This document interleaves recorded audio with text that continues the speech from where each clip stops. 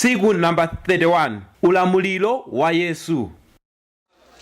Mutiuze, ulamuliro umene mmachita zoterezi mudautenga kuti? Adakupatsani ndani?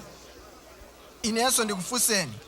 Mundiuze, kodi ubatizo wa Yohane ulamuliro wake uchokera kwa Mulungu kapena kwa anthu?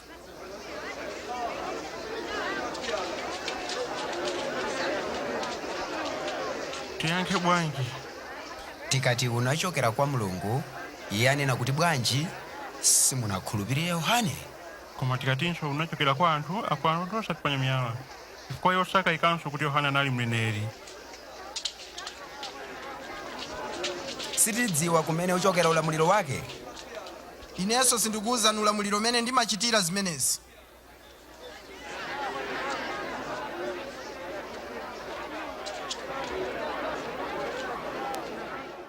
Kodi Yesu anaulula bwanji ulamuliro wake?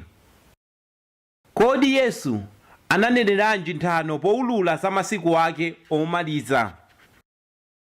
Kodi Yesu ndamupatsa ulamuliro otani m'moyo mwanga?